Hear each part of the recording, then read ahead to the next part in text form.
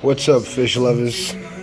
I'm back doing a update on my tank because I have nothing better to do but just to admire these guys. They go Billy, they go Goat.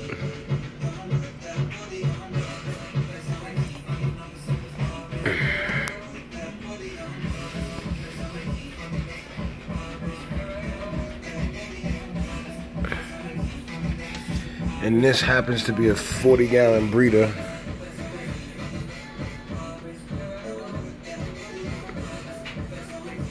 And how I got this guy is I did extensive research on flower horns, but I didn't know if I wanted one. And I walked into my local pet store, and he was in there full of ick. And I didn't know if I wanted to pick him up because ick is a bad thing. But at the time I had a tank, and at the time I was setting it up and nothing was in there, and it was going to be a quarantine tank anyway. So what I did was I told him to give him to me at a certain price. A little bit of a discount, of course. I made them use their employee discount to give me them, But I told them if something happened, I wouldn't return them. I'll take the loss. And I got him. And of course, I put him in the tank by himself, with nothing in there, no gravel, no nothing. Just siphoned everything out. 50% water change once a week. Heated up the water and pretty much, bam, all gone, all done, finito.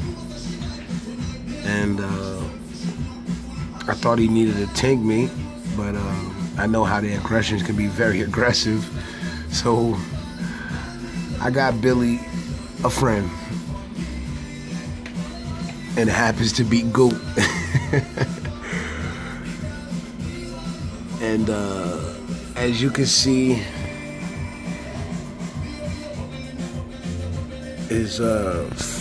they got into a little bit of a scuffle, had to, I guess, establish dominance. But I guess they both came up to a mutual agreement once I actually started putting in all these decorations. I put in this decor because before nothing was in there. They were just in there together, and it was a constant battle, constant war. So what I thought was, let me put a little bit of territories in there and see what will happen. See if everybody falls into line. And it happens to be working. They both share the tank with one Placo, and that's pretty much it. He's growing pretty well. When he outgrows this tank, when they both outgrow this tank, I'll move him up probably to a 90-gallon or a 75-gallon. And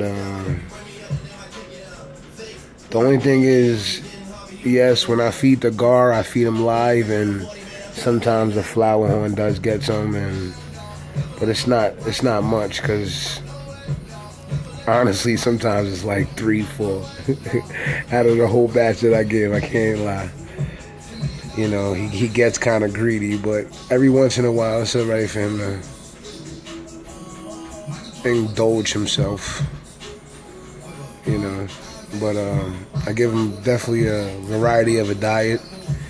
I give him cichlid diet. I give him tetracolor, a couple of other things.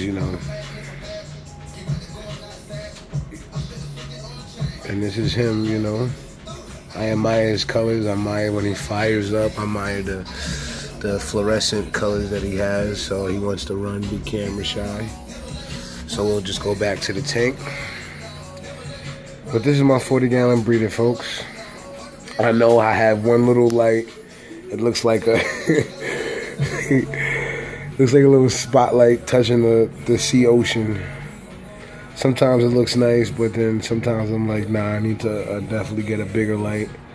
which soon I'll definitely be getting a bigger light. I'm just establishing everything and finding out what I want to do and which ways I want it to go.